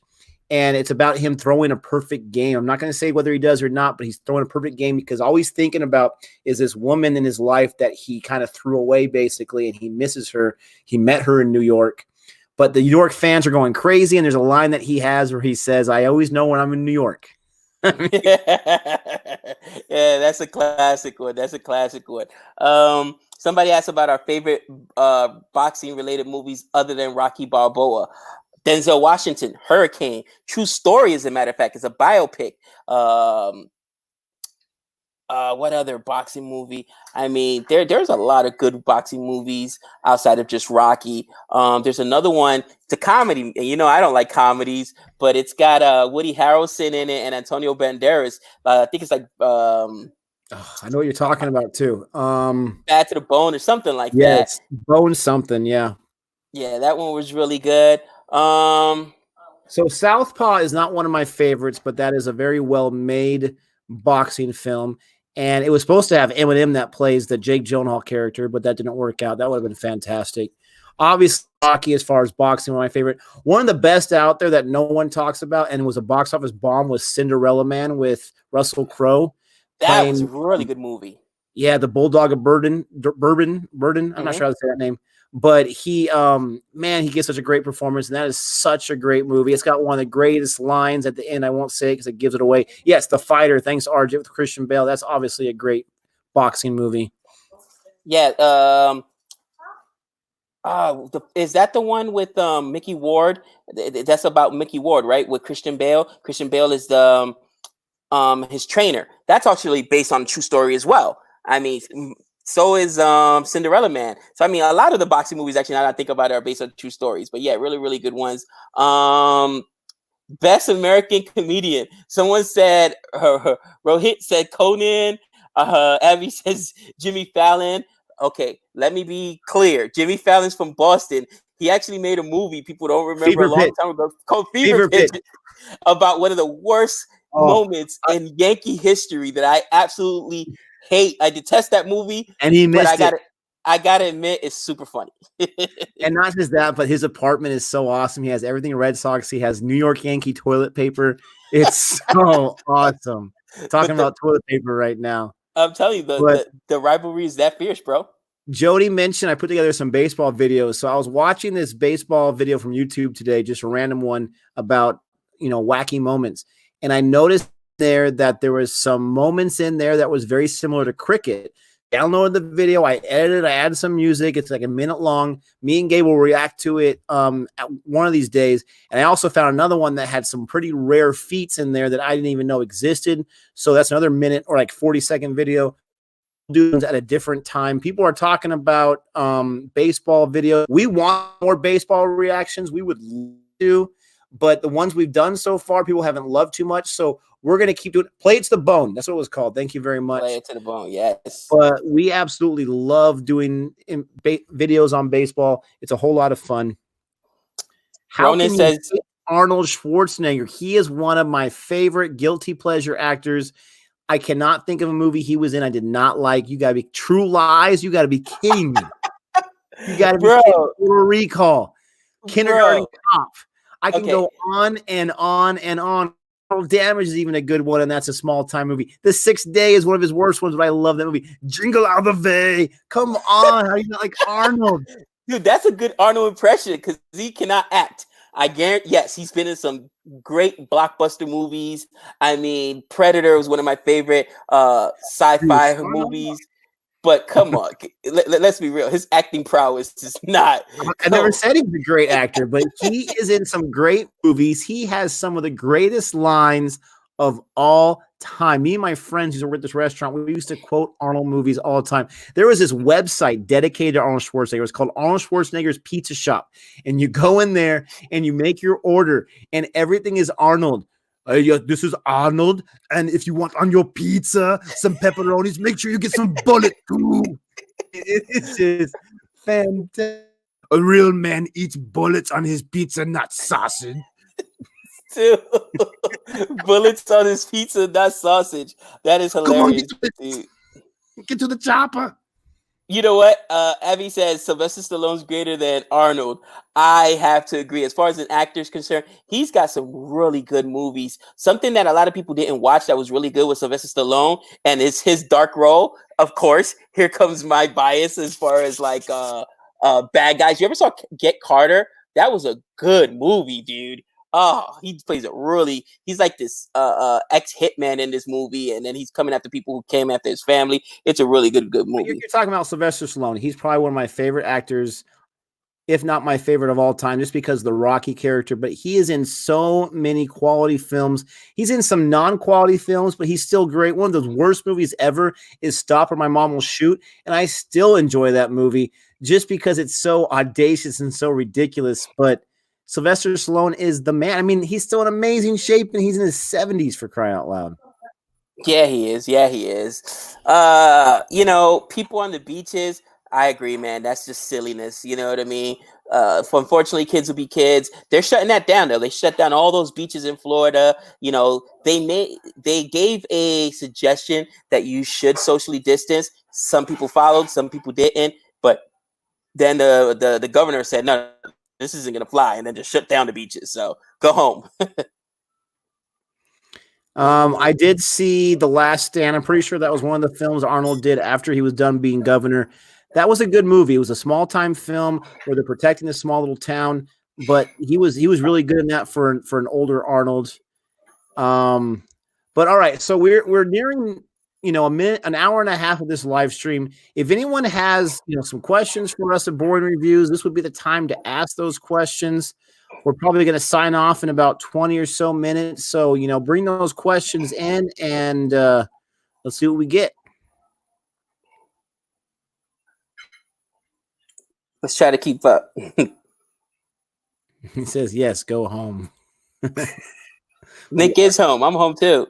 Yeah, from the comforts of our own home. Someone mentioned about you guys are doing social distancing, and I think they had like a laughing out loud emoji. You better believe we're doing social distancing. I mean, Gabe, he doesn't know where I've been. I don't know where he's been. And even though we're best friends, we're just not going to take any chances. I think our wives can sleep better at night knowing that, and we can still do the YouTube thing. So for us, there's no question about it. Right. And we both have families and have kids. And you know what? At the end of the day, is one of those situations where I was watching this sad interview actually about a girl who was on spring break, and she was one of those beachgoers, and then she ended up catching it and she ended up getting sick. She was in the hospital. She's okay now, but it's one of those things where it's better to be safe than sorry. Just as the bottom line, you know what I mean? And I always live by that. So Star Wars movies ranked. Here goes a question. Star Wars movies ranked. I'll go first. Number one for me, of course. Let's do this. Let's do this. Let's all do one at a time, going from worst to best. You go first. Your worst one, and we're going to include episodes 1, 2, 3, 4, 5, 6, 7, 8, 9, Rogue One, and Solo. And I think that's it. Let's include those. Oh man! So least favorite. Least favorite, Solo. Okay, least favorite for me, Phantom Menace. Phantom Menace is my next least favorite. Jar Jar Binks. You know what? Do I hate Solo more than Jar Jar Binks? Come on. Yeah, you're right. I do hate Jar Jar Binks more. Solo is not a great film, but it was fun. It didn't have any cringeworthy moments like Phantom Menace. But Phantom Menace had probably one of the best lightsaber duels in the entire. That doesn't elevate the entire first hour and a half and all that nonsense that happens. What about next least favorite? I guess it'll be number 10. So we've gotten past Solo and the Jar Jar Binks Phantom Menace fiasco. For me, probably episode 2. I don't remember episode 2. Attack of the Clones. It's got a fantastic soundtrack. That soundtrack is one of my favorites of all time, but the dialogue is just so cringeworthy once again. Now, Hayden Christensen has some pretty good moments. Me and Gabe talk about it all the time when he is ranting after, like when he goes and kills those sand people for his mom. The music is fantastic. The movie is fantastic for that moment. And then when he rants and he whines and he throws his tantrum, it's a great part. Obi-Wan's holding me back. And then he goes off about the women and the children. I mean, he's very dark in that. That part's great. I love his acting there. It's not good. So that's number 10 for both of us. All right. Next for me. Don't do it. I know what you're going to do. Don't do it. I got to do it, man. New Hope. What? I thought you were going to say Last Jedi. You've got to be out of your mind. Oh my gosh. I'm telling you. I'm going to end this stream right now. A New Hope. A New Hope. Wait till you see my top ones. You're going to be like, of course. Well, I already know what one of your top ones is. Okay. I do not agree with that at all, but this is personal opinion, whatever. For me, number 9 would be Solo. It would be. We did Solo because the first one we did was episode. Well, you had Solo, but then you went back and forth. I'm not sure where you were at. I had Attack of the Clones worst, and then episode 2. My third worst one is Solo. It's a good film. It's enjoyable, but it didn't really add anything. And there were some parts that weren't the most entertaining. Okay, well, for me so far, it's been The Phantom Menace, Solo, Attack of the Clones, New Hope, and now after New Hope, I'm sorry, man. Yep, I have to absolutely do it. Kathleen Kennedy, The Last Jedi. You know what? I better never meet her in a bar, man. I'd be Savannah, go get her, because I would never hit a woman, but still, so angry at her for that. But yeah, absolutely. She destroyed the franchise there. They did so good with episode 7. What happened in episode 8? I was so angry. So yes, that's my next one. That's the 5th one. So yeah. So this one's tough for me. It really is. It's between two movies, and I gotta go with my honest gut here.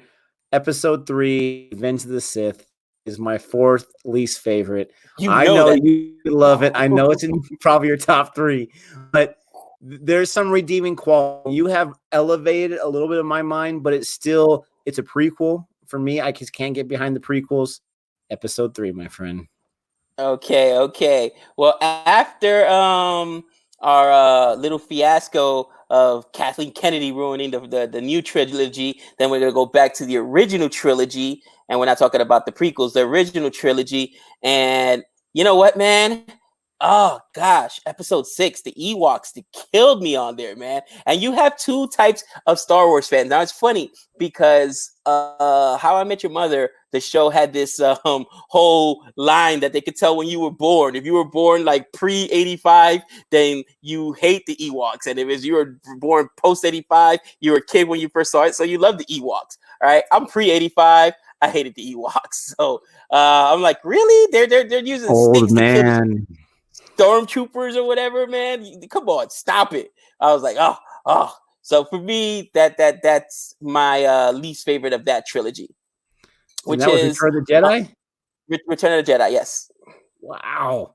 All right. you So, know which is my favorite of the original trilogy. Luke. okay, slow down there, partner. All right. So, my next least favorite would be Episode 9, Rise of Skywalker. It had some great parts. It had some bad parts. It was not a bad movie. I think the rest of these are movies I enjoy quite a bit, but it's my least favorite of the ones I like the most.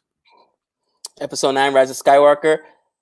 Uh, Let me see. What am I missing so far? Yeah, you know what? My next one would be Episode 9, Rise of Skywalker, because right now I've only got like 4 left. So, yep, Rise of Skywalker. Next. All right. So for me, next would be Last Jedi. I like that movie a lot, and I know you hate it. I like that movie a lot, but for me, Last Jedi would be, I guess that would be number 5 for me. Yeah. For me, next one, Empire Strikes Back. I love Empire Strikes Back, dude. I'm telling you, dude, that's where Darth Vader came into his own. I love Mm. the menacing Vader in that movie. Yeah, Empire Strikes Back. All right. Number 5 for me. I think I'm number 5 now. Top 5. I'm putting in Return of the Jedi. It's my least favorite of the original trilogy, but it's still a whole lot of fun. It's a little more campy than the other ones, especially coming off Empire Strikes Back. And so there's Return of the Jedi number 5. Or is that number 4? It's I number can't. 4, dude. Number 4. Yeah, Yeah. yeah, yeah. Number 3 for me, Rogue One, bro. Rogue One was a shockingly good movie, dude. And I'm telling you, even though none of those actors make it out of that movie alive, basically the way it ties into the new trilogy, the Darth Vader scene at the end, just like a short 1 minute clip, was so awesome, dude. So Rogue One, I love Rogue One. That's my 3rd favorite Star Wars movie of all time. See, I think you're ahead of me because you mentioned the solo, whatever. That wasn't my number 5. Was Return of the Jedi. Number 4 for me is Rogue One, and Rogue One is fantastic. It's a movie that I can watch, and I love it every single time. There's very few slow parts. For me, it's just number 4 and not in the top 3 because it doesn't have any of those original characters I love, and it's a great movie. It's absolutely fantastic. All right, so I'll let you catch up because I've only got 2 left. All right, number 3 for me is The Force Awakens. I love The Force Awakens. You got Finn, you got Poe, you got Rey, you got all these awesome characters. There's so much potential, so many awesome things they're going to do with these characters that they don't just really live up to that potential. But in this movie, they do. The banter, the writing, the action, even though it's a copycat, it is fantastic. For me, my number 2 of is Episode 3, Revenge of the Sith, dude. Anakin is so dark in that movie. I love, how he just absolutely turns on everyone. You get to see the Emperor for the first time get down. Mace Windu is so dark in that movie too, dude. I love it. It's probably my favorite. The battle and just the dialogue between Obi-Wan and Anakin right before that battle is so awesome. And again, my second movie of all time for Star Wars. For me, number two, second favorite all time is A New Hope. I don't know how you have it down at the bottom in the trash heap. That movie started it all. That movie has maybe not the best acting, but good enough acting, but it's got an engaging story. It's got amazing characters. It's got amazing music. It's got Darth Vader. I mean, you can't ask for anything more. You got this bright-eyed and bushy-tailed Luke Skywalker who, he gets exposed to some dark things, and he saves the day. I mean, come on. And not just him, but you got Han Solo. I love that scene. I probably watched a million times when Han Solo shoots at Darth Vader. Now, this is an Eddie mistake because Darth Vader, he's locked on Luke Skywalker, and he shoots. I have you now. He shoots at Luke Skywalker, and then the shot from the Millennium Falcon comes and hits Darth Vader's wingman and hits him. And Darth Vader goes, "What?" And so, but he shot. He was locked in and he shot Luke Skywalker's ship. Luke Skywalker's ship should at least got dinged or something. They don't ever show that he's able to get that shot. But when you got Millennium Falcon coming in and shoot, you're all clear, kid. Now let's blow this thing and go home. I mean, that's one of the best things ever. Come on. I mean, I do like the Guido scene with Han in there, where who shot first? Who shot first? Han shot first too. But number one, first, I mean, my favorite Star Wars movie so far. I mean, the new trilogy. I don't care if it was a rehashing of the old one. It brought so many fans back, and they did so many things well. I really like the part with when Daisy Ridley is running with with Finn, and they're running, and she's like, "Let's take that ship." It's like that piece of junk, and then they blow something else up, and okay, it's a piece of junk, and they go to get on it. It's the Millennium Falcon, dude. That was such a great reveal. That movie in general, man. You got to see the Knights of Ren. They look so cool. I've never, in all my Star Wars movies that I have seen before, never saw them stop a lightsaber. I mean, a blast, okay, from a stormtrooper. It wasn't super stormtrooper. It was actually Poe shot at Kylo Ren. At Kylo Ren, and he just froze it in the air. I mean, dude, it was awesome. That's my favorite one so far. For me, it's Empire Strikes Back. I've said it a million times. I'll say it again. Empire Strikes Back is the greatest sequel that I've ever seen in my entire life. Very few sequels. That's fine. Very few sequels have ever come close to living up to Empire Strikes Back. They go dark. They don't win at the end, really. You get the reveal of Leia very so subtly at the end. If I'm watching it for the first time and I find out that Darth Vader is Luke Skywalker's father, I mean, my mind is blown. I grew up on that, so I can never really remember realizing that. But I mean, you got to be kidding me. That's our ranking for Star Wars. We know we just ignored the comment section while we talked about that because we love ourselves some Star Wars. But I did notice someone said, "Where are you putting Avatar? Where are you putting Avatar?" Avatar is not a Star Wars movie, but I am one of those idiots. I love Avatar 100%, and I cannot wait for the sequels. I know people hate Avatar, but I don't care. I love it. And I like that Prettium gave us his ranking. He's got A New Hope, Empire Strikes Back, Clone Wars, The Mandalorian, Revenge of the Sith, Return of the Jedi, Rogue One, Force Awakens, Last Jedi, Phantom Menace. Didn't watch Rise of Skywalker. I love his picture of Batman right there. That's so cool. That's awesome. Nick, people like your Master Blaster likes your list better. I mean, a lot of people do. I'm going to print one off and frame it. Nick and Gabe, what's my favorite movie of all time? Wow, that's tough, man. I mean, right now, again, recency bias, Endgame, and it's got to be between Endgame and Joker. I mean, it's so tough. There's so many good movies. Endgame and Joker all time? All time, man. Those performances are so good. Endgame, just because it was such an unbelievable movie going experience. But Joker, that performance is so dark and so disturbing. You know what I mean, dude? It's just, right now, that's probably my favorite. All time, everyone knows this. It's Rocky. And it's not just the first movie, which is fantastic. It's the whole series. And I love an underdog story. Rocky's the reason why, but it goes deeper than that. It's the fact that Sylvester Stallone was the one that brought that movie to fruition. He had everything but direct it, for crying out loud, and produce it. He wrote it. He was Rocky. and he gave me like, what is it, 8 or 9 or 10 movies now with the Creed movies to enjoy the Rocky character. And not just that, but Creed 1 and 2. Creed 1 was not his. You can't take the credit for that. That was our homie from Black Panther. I'm forgetting his name right now. Oh, please help me out. The director of Black Panther. Oh, that's Ryan Coogler. Ryan Coogler. He was the one that brought Creed forward, and Creed is such a phenomenal film, whether it's in the Rocky series or not. So for me, it's Rocky. But the movies that you love the most are the movies that you think about all the time, are the movies that you think about watching and no one's going to put a smile on your face. And Back to the Future is one of those movies where every time I talk about it, every time I think about it, I am shocked that they have not rebooted that. I know there's some chatter out there that Tom Holland made some comment that he has been approached to do a Marty McFly reboot. I don't believe it. I won't believe it till I see it. Deep fake. Back to the Future is absolutely fantastic.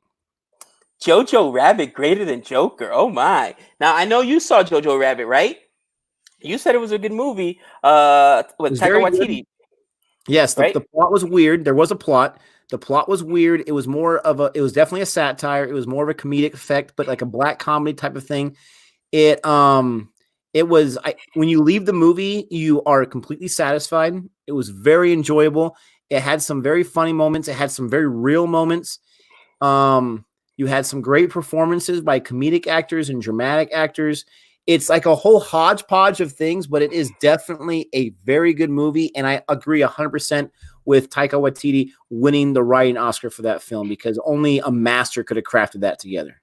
Light is about to start a fist fight in my household. Light says Joker 2019 or Nolan's Joker.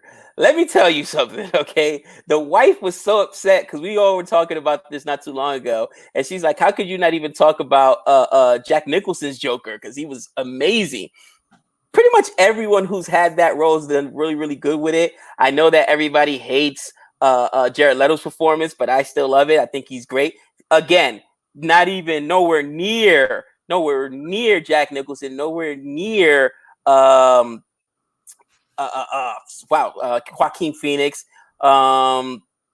Heath Ledger. Wow, that's Heath Ledger. I'm trying to think right now. Who's my favorite, man? It's tough because recency bias always plays a role, and this last Joker was so dark, but Nolan's Joker was also amazing. I mean, Heath Ledger did such a good job. This is the thing. It's not a fair comparison because you have, and we don't even have the whole information on Joaquin Phoenix's Joker. We don't know how much of that actually happened, if it happened in his mind, but let's just argue for a second it happened in his mind, and let's even argue even further that he is the first Joker that Batman Bruce Wayne meets. Right. We have Heath Ledger's Joker, who is able to feed off of Bruce Wayne and Batman. It's definitely Heath Ledger's movie, but you have his Joker who's able to be the Joker going against Batman. And for me, hands down, that makes his Joker better, not just because Bruce Wayne's in it, but he feeds off of it. And the lines, the dialogue that he's given, the writing by Christopher Nolan and by his brother, I think Jonathan Nolan also co-wrote it. And then I can't the other guy's name, David something, who did Batman Begins. They're writing for Heath Ledger. No one else is going to get a better material than that. And Heath Ledger brought it home. So for me, it's not even a question. It's Heath Ledger's was better. But Joaquin Phoenix's performance and his role as Joker is 100% enjoyable and very fantastic. But Heath Ledger, I mean, he beats him in the first round. I mean, as a comic book fan, I have to say that Heath Ledger's Joker is more accurate, and you get to see more of that. But I just love the deconstruction of Joker and Joker, the 2019 Joker. You know what I mean? Where anyone can be Joker. That is a great point. That is so realistic. But if gun to my head right now, I still have to go with Heath Ledger's performance. I mean, some of those lines were awesome. When he says, "Let me show you a magic trick," and he puts a pencil through the dude's eye. Oh, it's awesome. I mean, you're the comic expert more than I am. He delivers in the script and in his acting. He delivers all of the Joker tropes that we want to see. He has, in my opinion, by far a better laugh than Joaquin Phoenix's. And when he does that laugh, that sarcastic laugh, when he's coming into the room with the gangsters and they're meeting in their therapy session, and I thought my jokes were bad. I mean, he performs it so well, and he's on that edge of crazy and ticked off and happy and suicidal all at the same time. He takes all of that money. They say, "How much do you want?" He says, "How half. Half. And what does he do with it? He just burns it all because Burns he it. can care Burns less. it. I'm sorry, I'm getting goosebumps talking about it, and I'm not the villain guy, but I do like your point about Joaquin Phoenix and the deconstruction of Joker. We get to see him, how he started from a nobody to accidentally starting a revolution to being the leader of that revolution and really coming into his own in an interview at the end. He transitions into Arthur Fleck to Joker in that interview, and Joaquin Phoenix does it so raw that's a great point. But still, Heath Ledger. I mean, I have to agree. I have to agree with you there. Somebody did say, I love Jared Leto in Joker. Jared Leto is an unbelievable actor. I'm telling you, people don't give him enough credit. And this is, in my opinion, just where a studio meddled too much. Because even he said, like, bro, I could have had my own Joker movie with all the film that I shot. And this is all they give me? I mean, again, it goes with a director. Here's case in point. How a director can absolutely ruin something, okay? You talked about Ryan Coogler earlier, okay? Michael B. Jordan's career was almost destroyed. He loves to make this point. Destroyed. Let's be honest. He was in The Wire. The kid got great notoriety for The Wire. Friday Okay? Night Lights, fantastic. Then he Friday Night Lights. Then he did Fruitvale Station with Ryan Coogler. That was his first breakout role, right? He did a couple other small things. Then why on God's green earth did he agree to sign on to Fantastic Four? It must have been the bag, bro. They gave him an extra bag. It was a duffel bag full of cash because it was like, are you kidding? This movie He was probably following the formula of do a blockbuster and do an artsy film. Remember, he was still young in his career. These guys, these actors and actresses, before they get big, they are struggling to get work. It's all about getting work. And so there's no way you would have turned away that paycheck when you're young in your career either. Now he can be a little more choosy because everything he's doing is gold. Oh, listen, I'll tell you what, I could read a script and know it's bad. Right now, I'm taking the bag. Okay. I'll be like, okay, where do I sign? But the tough thing is one bad movie will derail a career. And it's to your point. He was young in his career. Thank goodness Black Panther came around for him. Ryan Coogler. Thank goodness he had the Ryan Coogler. Creed was before that, so I guess I should say thank goodness he had the Creed role and then the Black Panther role. And now he's back. Ryan Coogler, I mean, those guys are boys, from what I understand. Yeah, and that's one of those things where you got to have somebody you trust. And I'll tell you this, Ryan, Jared Leto, who directed Suicide Squad again? David Ayer. He'll never work with David Ayer again because, again, if I film all this and you're telling me I'm a big integral part of the movie and you basically make me a side note, an anecdote, I don't need to do this. I'm selective with the roles I take. That's who Jared Leto is. So they really, really, he got the short end of the stick there. Okay, so this is a tough one because I don't like hating on movies. But one of mine, you already know what I'm going to say. The most recent Transformers of last night, in my opinion, was the worst theater experience of all time. Another all-time worst movie because of the anticipation for me was Independence Day 2. That movie was an incredible disappointment. It jumps to shark probably 15 times. And the worst part, there's two horrible parts of that movie, absolute horrible parts. One is the doctor. The guy, Data from Star Trek, that plays the doctor, he was fine in the first one. I liked him. He was whatever. There was too much of him in this one, and nothing that he said landed. None of the jokes landed. He was just weird. Right. The second part was the whole bus full of kids, and you had the grandpa driving it. And not to mention, they ruined Will Smith's character. He wasn't even there. They ruined the president's character. He went crazy after he was the best film president of all time, gives the greatest speech of all time in Independence Day, and they make him this guy who's crazy, who has this connection with alien. Insurgents is horrible. They should give everybody their money back. And a close 3 is Batman and Robin. Oh, wow. Now, these are all box office movies, but come on. Bro, tell us how you really feel. All right. Batman and Robin, are you kidding me? That was bad. You're not going to send me to the cooler. Yeah, your boy you had guys on rollerblades. Oh, it's so bad. Neon colors. It was so bad. But if I got to give worst movie of all time, and I hate the chick flicks and the romantic comedies, but Geely is absolutely that almost destroyed Ben Affleck. I think he went into rehab for drinking after that movie because of how bad it was, bro. And I'm not even joking. You know what? Somebody fact check me here, okay?